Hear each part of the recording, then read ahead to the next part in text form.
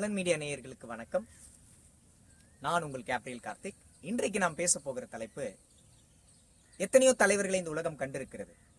ஆனால் எல்லா தலைவர்களும் மக்களின் மனதில் நின்றார்களா என்ற கேள்வி கேட்டால் அந்த கேள்விக்கு நம்மிடம் பதில் கிடையாது. ஒரு சில தலைவர்கள் மட்டும்தான் மக்கள் மனதில் நின்றிருக்கிறார்கள். அப்படிப்பட்ட ஒரு தலைவரை குறித்து தான் நாம் இன்றைக்கு பேச இருக்கிறோம். அவர்தான் ஆபிரகாம் லிங்கன், அமெரிக்க ஐக்கிய தேசத்தின் 16வது குடியரசுத் தலைவர். அவருடைய வாழ்க்கையை நீங்கள் எடுத்து பார்த்தீங்கன்னா அது ரொம்ப நம்ம நினைக்கிற மாதிரி அப்படியே ரொம்ப சிம்பிளாக இருக்காது. ரொம்ப கற்பனை கூட நம்மளால் அப்படி பார்க்க ஒரு கற்பனை கூட பண்ணி பார்க்க முடியாது. அப்படிப்பட்ட ஒரு வாழ்க்கை அது. ரொம்ப மோசமான ஒரு நிலவரத்துலேருந்து கஷ்டப்பட்டு அப்படியே மேலே வரார். ஆனால் மேலே வர அவருக்கு அதிகாரம் அவ்வளோ சீக்கிரமாக என்ன பண்ணலை, கைக்கு வரலை. அந்த அதிகாரத்தை பிடிக்கணுன்றதுக்காக சின்ன வயசுலேருந்து வெறித்தனமாக என்ன பண்ணுறாரு, போராடுறாரு.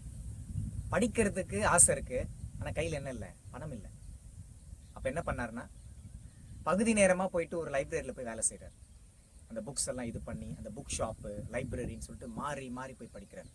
அன்றைக்கி அவரால் கல்லூரிக்கு போய் ஃபீஸ் கட்டுறதுக்கு கையில் காசு இல்லை. அதனால் அந்த லைப்ரரியில் அந்த புக் ஷாப்லையும் லைப்ரரிஸ்லையும் இருக்கிற புக்கை எடுத்து படித்து இன்றைக்கி நம்ம பேசுகிறோமே தொலைதூர கல்வி, அந்த காலத்திலே அதன் மூலமாக சட்டம் படித்தவர் தான் ஆபிரகாம் லிங்கன். இன்றைக்கி பாருங்கள், சட்டம் படிக்கிறதுக்கு எத்தனையோ மாணவர்கள் இந்த காலேஜில் போய் சேரணும், அந்த காலேஜில் போய் சேரணும், இவ்வளோ செலவு பண்ணணும், அவ்வளோ செலவு பண்ணுன்றாங்க. ஆனால் ஆபிரகாம் லிங்கனுக்கு அன்றைக்கி கையில் காசு கிடையாது. குடும்பம் வறுமையின் கோர பிடியில் இருக்குது. அப்படிப்பட்ட நிலவரத்தில் இருந்த ஆபிரகாம் லிங்கன் அதை ஒரு பலவீனமாக பார்க்காம, அதை ஒரு தனக்கான ஒரு தடையாக பார்க்காம அதை எப்படி நம்ம வெற்றியாக மாற்றலான்றத பற்றி யோசித்தார். அதனால தான் கடினமான உழைப்பு, அந்த இன்ட்ரெஸ்ட் ஃபுல்லாக அவருக்கு அந்த லாவில் இருந்தது. அதுக்கப்புறம் சட்டம் பயின்றார், நீதிமன்றங்களுக்கு போய் சென்று வாதாடினார். அப்போல்லாம் அவர் ரொம்ப ஒரு மாதிரி கேலி பொருளாக தான் பார்ப்பாங்க.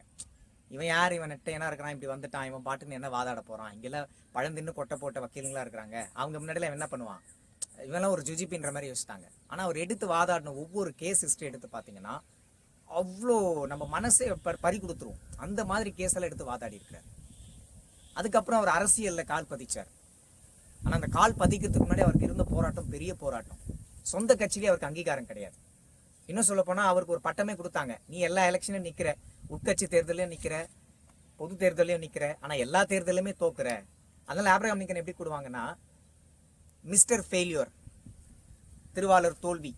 ஏன்னா தோல்வி அடையிறதுக்காக தான் நீ நிற்கிற, உனக்கெல்லாம் எதுக்கு எலெக்ஷன் நிற்கிறதுலாம், உனக்கு என்னது ஏதோ ஒரு டைம் பாஸ்க்காக நிற்கிற மாதிரி கிண்டல் அடித்தாங்க. ஆனால் என்றைக்குமே அந்த மன உறுதி அவர் என்ன பண்ணலை, விடவே இல்லை. கிட்டத்தட்ட 16 முறை தேர்தலில் தோல்வி அடைஞ்சார். அதாவது அவர் இருக்கிற அந்த மாகாணத்தோட சட்டமன்ற தேர்தலையும் தோத்து போனார். அமெரிக்காவோட செனட் மாகாண தேர்தல் நடக்கும், அதுலேயும் தோத்து போனார். இந்த மாதிரி கீழ்நிலையில் இருக்கிற பதவிகளுக்கான தேர்தலையே தோத்து போன ஒரு மனுஷன் எப்படி அதிபர் பதவிக்கு ஆசைப்படலாம்னு சொல்லிட்டு எல்லாரும் கேலி பேசினாங்க. சொந்த கட்சியில், குடியரசு கட்சியில் எல்லாரும் கேலி பேசினாங்க. ஆனால் அதை பற்றி ஒரு பொருட்டாவே என்னலை.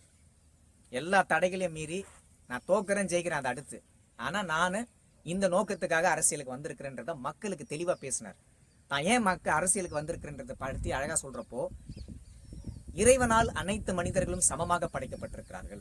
அப்படி இருக்கும்போது நிறத்தின் அடிப்படையில் என் மக்களை பிரிக்கணும், பிளாக்ஸ் ஒயிட்ஸ்ன்னு எதுக்கு பிரிக்கிறீங்க, இந்த பிரச்சனையை நான் என்ன பண்ண போகிறேன், முடிச்சு வைக்க போகிறேன்னு சொல்லிட்டு ரொம்ப தைரியமாக பேசினார்.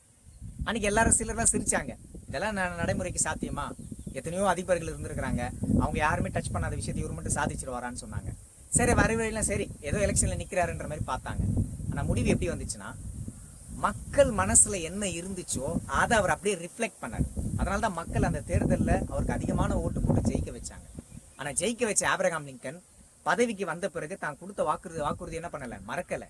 தான் கொடுத்த வாக்குறுதியில் உறுதியாக இருந்தார். அதனால தான் அது பேர் வாக்கு உறுதி. கொடுத்த வாக்குல என்ன பண்ணியிருக்கிறாரு, உறுதியாக இருந்திருக்கிறார். அடிமைத்தனத்துக்கு எதிராக மிகப்பெரிய போர் அவர் தொடுக்கலை.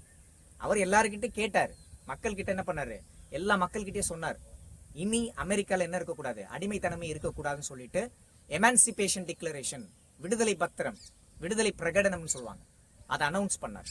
உடனே தென் மாநிலங்கள்லேருந்து எதிர்ப்பு குரல், நீ வேணா என்ன பண்ணிக்க, உனக்கு ஆதரவாக இருக்கிற மாகாணங்களை இதை வச்சுக்க, எங்களால் இதை என்ன பண்ண முடியாது, ஃபாலோ பண்ண முடியாது சொல்லிட்டாங்க. அதனால என்னாச்சுன்னா நாட்டில் மிகப்பெரிய உள்நாட்டு போர். அந்த ஒரு அசாதாரண சூழ்நிலையில ஒரு தலைவன் தன் தலைமை பண்பை இழக்காம உறுதியோட, மன உறுதியோட நின்று மக்களுக்கு ஒரு வழிகாட்டியா இருந்தார். இப்போ ரீசெண்டாக நம்ம ஆப்கானிஸ்தானில் பார்த்தோம், போர் வீரர்கள்லாம் பார்த்தீங்கன்னா அந்த தாலிபான்ஸ்களை எதிர்த்து போராடுறப்போ நாட்டோட அதிபரே எஸ்கேப் ஆயிட்டார். எஸ்கேப் ஆன பிறகு அந்த சோல்ஜர்ஸோட மனநிலை எப்படி இருக்கு யோசித்து பாருங்க. ஆனா அன்னைக்கு ஆபிரகாம் லிங்கன் போர் முனையில அவருடைய படைகள் வந்து படுதோல்வி அடைகிறாங்க. ஆனா அந்த இடத்துலயும் ஒவ்வொரு இடத்துக்கும் போய் சென்று அந்த போர் வீரர்கள் என்ன பண்றாரு, ஊக்கப்படுத்துறாரு. அப்போ அதிபரே நம்ம கூட இருக்கிறாருன்றப்போ அந்த போர் வீரர்கள் இன்னும் அதிகமா என்ன பண்றாங்க, போராடுறாங்க. அந்த போர்ல அவர் ஜெயிச்ச பிறகு இரண்டா பிரிய போகிற நாடை திரும்பி ஒன்னா சேர்த்து யுனைடெட் ஸ்டேட்ஸ் ஆஃப் அமெரிக்கான்னு இன்னைக்கு நம்ம சொல்றோம் பாருங்க. அந்த பேருக்கு ஒரு இலக்கணத்தை கொடுத்தவர் தான் ஆபிரகாம் லிங்கன். ஆனா அவரோட உச்சபட்ச தியாகம் என்னன்னா, இந்த பெரும் முயற்சியில அவர் தன்னுடைய உயிரை இழக்க வேண்டியது ஏற்பட்டது. இன்னைக்கு இருக்கிற எல்லா அரசியல் தலைவர்களுக்கும் ஒரு முன்னோடி ஆபிரகாம் லிங்கன். தான் கொண்ட கொள்கையில் உறுதியாக இருந்தார். அந்த கொள்கையை நிறைவேறும் வரைக்கும் தன் உயிரே போனாலும் நான் போராடி ஜெயிப்பேன் என்ற உறுதியோடு இருந்தார். அந்த தலைவனுக்கான இலக்கியம் ஆபிரகாம் லிங்கன். நன்றி.